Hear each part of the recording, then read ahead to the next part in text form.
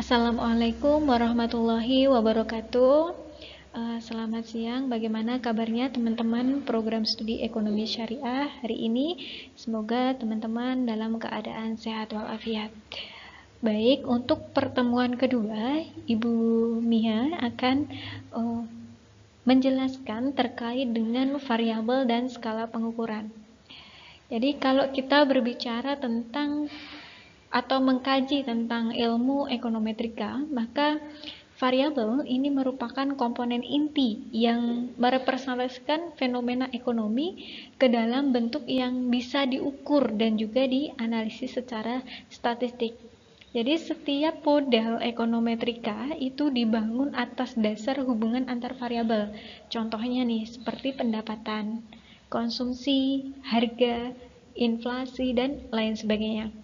Tetapi ya, sebelum variabel tersebut bisa dianalisis, kita perlu paham dulu nih teman-teman, bagaimana variabel itu diklasifikasikan dan juga diukur. Nah, disinilah pentingnya skala pengukuran. Nah, jadi tanpa adanya skala pengukuran yang tepat, maka analisis data ini juga akan menghasilkan simpulan yang kurang tepat juga. Dalam penelitian dan juga ilmu statistika gitu ya, variabel itu merupakan suatu konsep atau karakteristik yang dapat diukur, dapat diamati, dan juga memiliki nilai yang sifatnya itu bervariasi antar objek atau individu yang diteliti. Nah, kalau kita berbicara konteksnya itu adalah ilmu ekonometrika, maka pemahaman terhadap variabel ini menjadi lebih penting ya. Kenapa? Karena ekonometrika itu kan berfungsi untuk mengkuantifikasikan hubungan antara variabel ekonomi melalui model matematis dan juga statistik begitu. Nah, ekonometrika itu tidak hanya mengandalkan data saja, tetapi juga menguji secara empiris ya, bagaimana suatu variabel itu, misalnya saja saya sebut sebagai variabel pendapatan gitu ya, itu dapat dipengaruhi oleh variabel lain, misalnya tingkat pendidikan, kemudian pengalaman kerja atau inflasi. Nah, artinya apa? Artinya bahwa ekonometrika itu menjadikan variabel itu sebagai dasar untuk membangun model analisis yang selanjutnya, seperti model analisis regresi, kemudian melakukan pengujian hipotesis dan juga memprediksi fenomena ekonomi yang akan datang. Secara umum, ya, variabel itu dapat diklasifikasikan berdasarkan 3 aspek. Yang pertama adalah berdasarkan sifatnya, yang kedua berdasarkan hubungan antar variabel, dan yang ketiga berdasarkan cara pengukurannya. Kita mulai dari yang pertama dulu, yaitu variabel berdasarkan sifatnya. Ini terbagi menjadi 2, yaitu variabel dikotomis atau yang disebut sebagai variabel diskrit. Kemudian yang kedua adalah variabel kontinu. Nah, kita mulai pahami dulu dari variabel dikotomis atau variabel diskrit. Nah, variabel dikotomis ini merupakan jenis variabel yang ya hanya memiliki 2 kategori atau 2 nilai yang saling eksklusif. Artinya apa? Bahwa jika satu nilai itu dinyatakan benar, maka nilai lainnya itu dinyatakan salah begitu. Nah, contohnya saja dalam ilmu ekonometrika misalnya, saya ingin mengetahui terkait dengan status kepatuhan zakat gitu ya. Maka pilihannya cuma ada 2, patuh membayar zakat dan tidak patuh di dalam membayar zakat. Patuh membayar zakat itu disimbolkan dengan angka 1, kemudian tidak patuh membayar zakat disimbolkan dengan angka 2. Selanjutnya adalah variabel kontinu. Nah, variabel ini merupakan jenis variabel yang dapat mengambil nilai dalam rentang yang sangat luas, baik itu berupa bilangan pecahan atau bilangan bulat. Dan nilai-nilai yang ada di dalamnya itu dapat dibagi begitu ya dalam satuan tertentu. Nah, variabel ini itu berbeda dengan variabel diskrit yang sebelumnya gitu, yang dimana variabel diskrit itu hanya memiliki nilai terbatas atau tetap. Nah, sementara itu variabel kontinu ini memungkinkan adanya pengukuran yang lebih presisi lagi karena nilainya bersifat kuantitatif dan juga bisa berada di antara 2 angka berapapun itu. Jadi di dalam ilmu ekonomi atau bidang ekonomi dan juga ekonometrika, variabel kontinu ini seringkali digunakan untuk mewakili nilai-nilai ekonomi yang dinamis dan juga kompleks begitu. Seperti misalnya pendapatan rumah tangga, kemudian contohnya lagi jumlah pengeluaran konsumsi dan juga tingkat inflasi atau besarnya pembiayaan. Nah, sementara itu di dalam konteks ekonomi syariah misalnya, variabel kontinu itu bisa berupa variabel jumlah dana zakat yang dibayarkan oleh para muzaki. Selanjutnya, klasifikasi variabel berdasarkan hubungan antar variabel terbagi menjadi 4, yaitu variabel bebas atau variabel independen, kemudian variabel terikat atau variabel dependen, kemudian yang ketiga adalah variabel moderator, dan yang keempat adalah variabel intervening gitu ya. Kita mulai dulu dari pengertian variabel independen ya. Tapi sebelum itu kita perlu paham dulu nih bahwa di dalam penelitian kuantitatif itu khususnya di dalam bidang ekonomi syariah, variabel itu merupakan unsur penting gitu ya tadi dalam penyusunan dan juga pengujian hipotesis gitu. Nah, kita mulai dulu nih pembahasan terkait dengan variabel bebas atau variabel independen. Jadi variabel independen atau variabel bebas ini didefinisikan sebagai variabel yang bertindak sebagai penyebab gitu ya, atau faktor yang mempengaruhi variabel lain dalam model penelitian. Nah, contohnya nih dalam bidang ekonomi syariah. Tingkat literasi keuangan syariah ini dapat dijadikan sebagai variabel independen. Kenapa? Karena tingkat literasi keuangan syariah ini diyakini memiliki pengaruh terhadap berbagai perilaku ekonomi umat, termasuk di dalamnya adalah mengambil keputusan keuangan. Ya. Seseorang dengan tingkat literasi keuangan yang lebih baik, ya ini akan lebih memahami juga prinsip-prinsip yang kaitannya dengan muamalah, perbedaan antara produk syariah dan juga konvensional, serta dia mampu mengevaluasi risiko dan juga manfaat dan berbagai instrumen keuangan yang berbasis syariah. Nah, sementara itu, ya, variabel dependen ini merupakan variabel yang dipengaruhi oleh variabel independen. Nah, jadi yang menjadi fokus utama yang ingin dijelaskan atau diprediksi di dalam suatu penelitian. Contohnya, minat masyarakat menggunakan produk bank syariah. Jadi di dalam penelitian dengan hipotesis yang diajukan, misalnya semakin tinggi literasi keuangan syariah seseorang, maka akan semakin besar pula minatnya di dalam menggunakan produk dan juga layanan perbankan syariah. Hal ini menunjukkan bahwa adanya hubungan kausalitas di antara kedua variabel tersebut. Nah, tetapi terkadang ya, hubungan antara variabel independen dan juga variabel dependen itu tidak selalu bersifat langsung, teman-teman ya. Dalam beberapa kasus terkadang itu terdapat variabel lain nih yang menjembatani atau memediasi hubungan tersebut. Nah, variabel itu disebut sebagai variabel intervening atau variabel mediasi. Nah, apa itu variabel intervening? Nah, variabel intervening yaitu variabel yang muncul gitu ya, muncul sebagai hasil dari variabel independen dan kemudian mempengaruhi variabel dependen. Nah, sebagai contohnya begini. Sikap terhadap keuangan syariah ya.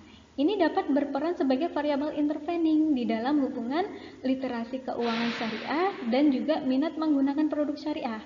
Nah, artinya apa? Bahwa seseorang yang memiliki tingkat literasi yang tinggi ini akan cenderung memiliki sikap yang lebih positif terhadap sistem keuangan syariah. Nah, sikap tersebut ya kemudian ini akan mendorong nih terbentuknya minat untuk menggunakan layanan keuangan yang berbasis syariah. Baik, selain itu ya di dalam beberapa situasi nih ya ada lagi yang namanya variabel moderator ya. Ini juga bisa muncul nih di dalam suatu model penelitian ya.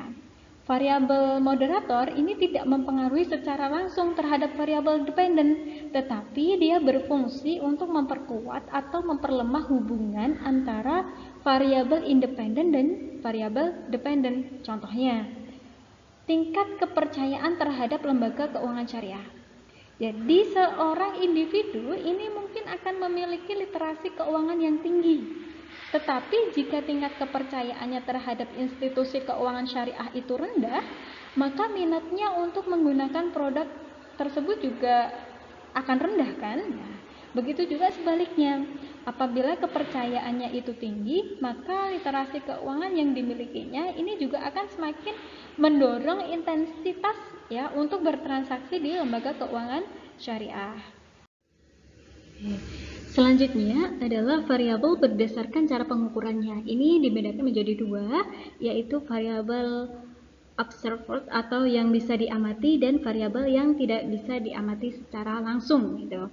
Nah, kita mulai dulu dari variabel yang bisa diamati secara langsung gitu atau variabel observed. Ya, jadi variabel observed ini adalah variabel yang dapat diukur secara langsung melalui instrumen pengukuran tertentu. Ya, contohnya di dalam penelitian ekonomi syariah, misalnya saya ingin meneliti jumlah dana zakat yang dibayarkan gitu. Kemudian frekuensi dari transaksi di bank syariah misalnya. Nah, data-data ini itu bisa diukur secara langsung melalui apa? Melalui data laporan keuangan misalnya, atau catatan dari lembaganya, atau pernyataan responden yang lebih spesifik. Kemudian yang kedua adalah variabel unobserved atau variabel yang tidak dapat diukur secara langsung karena sifatnya itu abstrak dan juga konseptual. Tetapi ini juga tetap penting untuk diteliti. Contohnya, misalnya di dalam ekonomi syariah, kita ingin meneliti tentang kepercayaan terhadap bank syariah atau sikap terhadap produk keuangan syariah. Atau ini nih yang sering diteliti oleh mahasiswa, nilai-nilai dari religiusitas ya untuk bertransaksi di lembaga keuangan syariah. Nah, variabel-variabel ini kan tidak bisa diamati secara langsung ya, tetapi ini dapat estimasikan melalui pengukuran yang tidak langsung. Berdasarkan apa? Berdasarkan jumlah item atau indikator yang dikembangkan dari teori dan juga instrumen validasi. Contohnya menggunakan skala Likert di dalam kuesioner begitu. Pada subtema yang kedua, kita akan belajar tentang skala pengukuran. Apa itu skala pengukuran? Skala pengukuran itu bisa didefinisikan sebagai cara untuk menyatakan suatu variabel ini dapat berbentuk angka ya, sesuai dengan sifat atau karakteristik yang dimilikinya gitu. Jadi skala itu merupakan alat untuk menentukan bagaimana data itu bisa dikategorikan, bisa diurutkan, juga seberapa banyak sih makna matematis yang dapat diterapkan terhadap data tersebut. Maka pemilihan skala pengukuran yang tepat ini juga sangat penting nih. Karena apa? Karena akan menentukan jenis analisis statistik yang dapat digunakan. Begitu juga dengan bagaimana hasilnya yang dapat ditafsirkan. Ya, kalau kita berbicara tentang penelitian kuantitatif nih, khususnya di dalam bidang ekonomi syariah, maka ketidaktepatan di dalam menentukan skala pengukuran ini juga menyebabkan penggunaan teknik analisis yang kurang sesuai juga atau kurang mengarah kepada kesimpulan, atau bahkan justru kesimpulannya ini akan menjadi bias dan tidak valid. Kemudian skala yang keempat adalah skala rasio, di mana skala rasio ini merupakan skala pengukuran yang paling kompleks dan juga paling lengkap. Nah, skala ini tidak hanya memiliki urutan dan juga jarak yang setara antar nilai, tetapi juga memiliki titik nol yang absolut ya, yang menunjukkan ketiadaan dari variabel itu. Contohnya saja nih, ketika ingin meneliti jumlah pembiayaan yang diterima oleh UMKM syariah, atau tingkat pendapatan rumah tangga, atau besar dana zakat, atau misalkan infak yang disalurkan. Nah, variabel-variabel ini ya, nilai 0 pada variabel tersebut ini menunjukkan ketiadaan. Misalnya saja pendapatan ya, jika pendapatannya itu dituliskan dengan angka 0, ini artinya betul bahwa berarti tidak ada pendapatan sama sekali begitu. Selanjutnya di dalam penelitian kuantitatif, terutama di bidang ekonomi syariah ya, penggunaan skala pengukuran ini kan tadi memegang peranan penting ya gitu di dalam pengumpulan data. Jadi data-data atau skala pengukuran ini menjadi jembatan begitu antara konsep yang sifatnya itu abstrak yang ingin dikaji seperti misalnya persepsi atau sikap atau preferensi gitu ya dengan data yang numerik yang dapat dianalisis secara statistik begitu. Kita mulai dari yang pertama nih ya, skala Likert ya. Skala ini sebenarnya adalah skala yang paling sering digunakan di dalam survei sosial atau penelitian perilaku gitu ya. Jadi ada misalnya dalam konteks ekonomi syariah nih, kita ingin meneliti atau mengukur persepsi masyarakat terhadap transparansi lembaga keuangan syariah ya. Misalnya atau terhadap prinsip keadilan di dalam pembiayaan syariah. Contohnya, saya membuat pernyataan seperti ini. Saya merasa akad pembiayaan syariah ini lebih adil dibandingkan dengan sistem bunga di bank konvensional misalnya. Nah, maka di sini untuk mengetahui atau mengukur jawaban-jawaban itu menggunakan skala Likert ya, di mana kita memiliki alternatif jawaban. Misalnya dari yang sangat tidak setuju, netral, setuju sampai kepada sangat setuju gitu. Di mana alternatif jawaban ini kemudian kita berikan kategori angka, misalnya dari yang sangat setuju kita beri nilai tertinggi yaitu angka 5 sampai ke sangat tidak setuju kita beri angka 1. Kemudian yang kedua adalah skala Goodman ya. Nah, skala ini terdiri atas sejumlah pernyataan yang disusun dari tingkat paling rendah hingga tingkat paling tinggi. Logika dasarnya adalah bahwa jika seseorang itu menyetujui pernyataan yang lebih sulit atau lebih kompleks gitu ya, maka pasti ya bisa dipastikan juga menyetujui pernyataan-pernyataan yang lebih sederhana. Misalnya saja di dalam penelitian ekonomi syariah ya terkait dengan kepatuhan zakat di lembaga ekonomi syariah.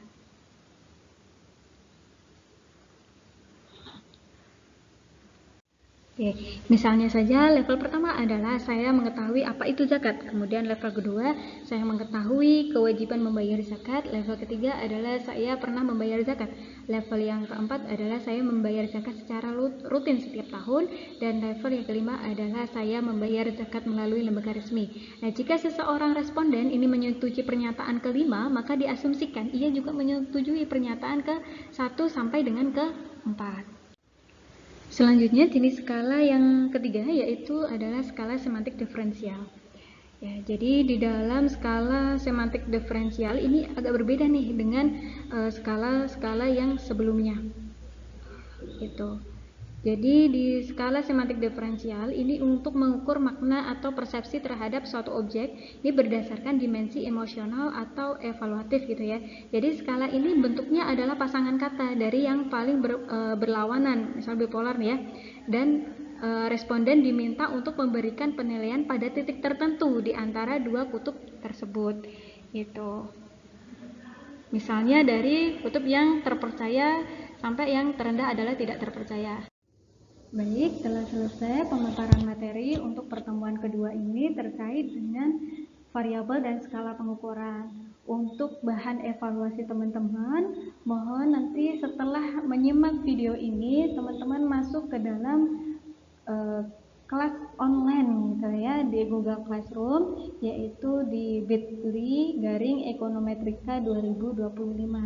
Teman-teman di sana nanti ada beberapa soal atau beberapa studi kasus yang bisa teman-teman gali untuk memenuhi atau menambah wawasan teman-teman menggali berdasarkan dari tema yang teman-teman dapatkan untuk hari ini. Begitu teman-teman, jika nanti ada pertanyaan silakan juga dipaparkan begitu ya di Google Classroom itu atau bisa menjapri dosennya. Begitu aja.